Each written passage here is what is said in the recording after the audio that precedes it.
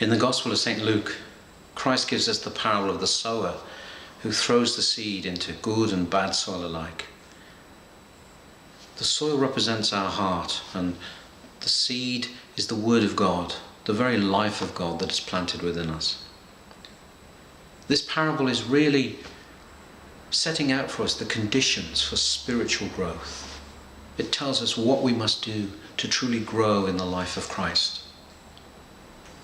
We're reminded that the good soil must be moistened. It mustn't dry out and become dead. We moisten the soil of our heart with prayer, regular prayer. It is vital that every one of us prays daily. We may not be all capable of many hours of prayer or all-night vigils, but whatever little we are capable of, we must build a structure, a framework in our lives to regularly pray, to moisten the heart, that the seed may continue to grow. Prayer is vital, essential for any kind of spiritual growth that is true. And Christ warns us that the concerns of this world are like thorns that will strangle the life of the seed. There are many things that aren't necessarily sinful in themselves, many distractions, many entertainments that may draw us. But if we fill our lives with these things, they can become a barrier between us and God. A certain level of withdrawal is necessary if we are to grow spiritually. The world is alien to Christianity. Even the very way the world thinks since the 11th and 12th centuries.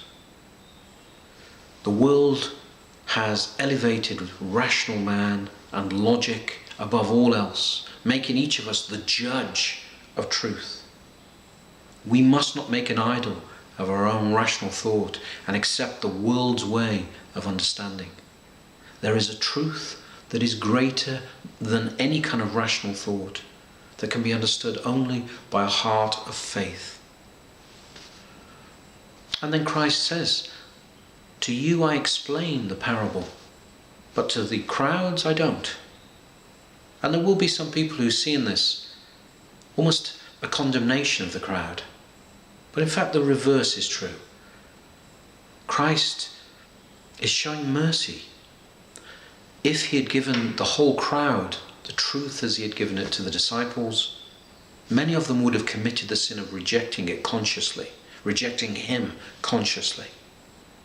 And so he gives them the parable which will remain with them, almost like a dormant seed that will sprout green new life when they are ready, when spring enters their lives. Every one of us must allow the roots of these seeds to go deep into our lives. We must place our orthodoxy, our Christian faith, at the very core of our being, the core, the center of our lives. It should be the very heart of our existence, our relationship with God, our thirst and longing for God. It's perhaps useful when we go to confession not just to bring to mind the many sins that we've committed, but also to really truly reflect on how we're spending our time. To question ourselves, how am I breaking up my day? Is it with things that are essential? Or am I wasting time? Am I killing time? This precious commodity of which we have so little. Let's become self-reflective and truly question ourselves. Am I nurturing the seed of life that God has planted within me?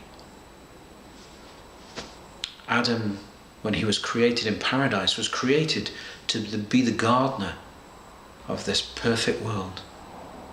Christ, at his resurrection, was mistaken to be the gardener by the women who first encountered him. And in this parable, Christ calls each one of us to be the gardener of our very soul, to nurture the seed of life that God has planted within us. We remember the sower has cast the seed into every kind of soil. We may feel at times our heart is truly dry, that perhaps our spiritual life has withered, that we have been neglectful. But let us always remember and cling on to the hope that God's grace can bring life from seeds even in the worst of soils.